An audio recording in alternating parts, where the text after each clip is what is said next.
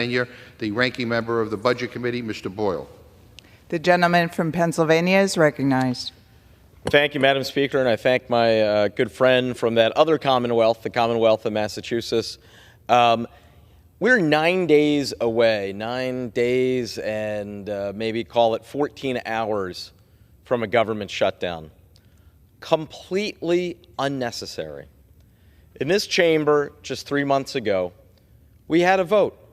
We voted to raise the debt ceiling, and we also voted to set the parameters and the figures for what next year's budget would be.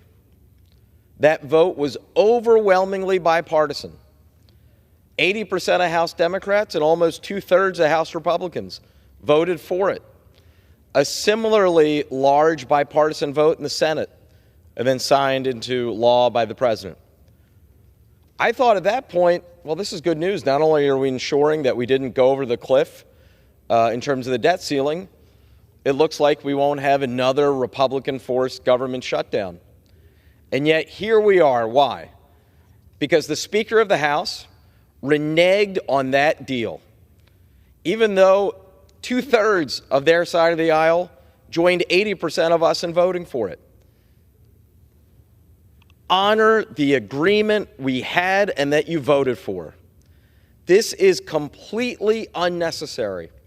Yesterday in the Budget Committee, we marked up a completely partisan, one-sided budget resolution, an all-day markup, $16 trillion worth of cuts, completely unrealistic, as Congressional Budget Office itself labeled a cuts-only approach.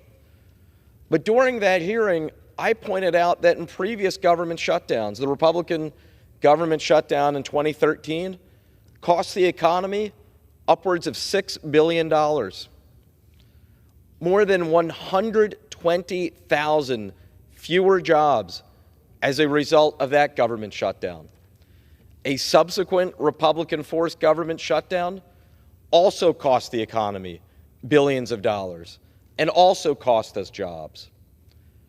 So while it might be a game for some in Washington, D.C., there are quotes from a number of members on the other side of the aisle, by the way, saying they want a government shutdown. So don't take my word for it. Just read the quotes of some of the Republican members of the House cheering a government shutdown, saying that there would be no problem at all. If only that were so. It costs us billions of dollars. Nothing good comes out of it. Actually, I take that back. There is one thing that's good that comes out of it. Each and every time over the last 30 years that Republicans have forced the government shutdown, in the subsequent election, they are punished by the voters. That was the case back in 1995. It was the beginning of Bill Clinton's comeback. He was losing in the polls at that moment to Bob Dole. Then the government shutdown, the Gingrich-Dole shutdown. Bill Clinton came back, went on to win re-election by over 8 points. Similarly, in 2011, Barack Obama, at that moment in 2011, the poll showed losing to Mitt Romney. Republican extremism forced the shutdown. Their extremism in playing around with the debt ceiling led to the first ever downgrade in American history. Barack Obama ends up coming back, beats Mitt Romney a year later by 4 points. So maybe there is one good thing that comes out of Republican extremism. If there's anything that's clear over the last 9 months, this side doesn't have a clue about governing. And I keep hearing about the small majority. We know what it's like to have a small majority. We had the exact same 5-seat majority last term. What did we do with it? Passed the most ambitious domestic policy legislation since 1965. What has this side done? Takes them 15 votes just to elect their own guy speaker. And now they keep haranguing the poor guy, keep threatening him with the job day after day. Now he's reneging on his own agreement that he signed into law, or that he brought here and voted for and that we passed in June. And by the way, we all know the way this is going to end, whether it's before a shutdown or afterwards. The only thing that can pass the Senate, pass the House, and be signed into law by the President looks a lot like that legislation that passed here in June. So I hope that it doesn't take a government shutdown for the other side to finally get with it and to learn these lessons.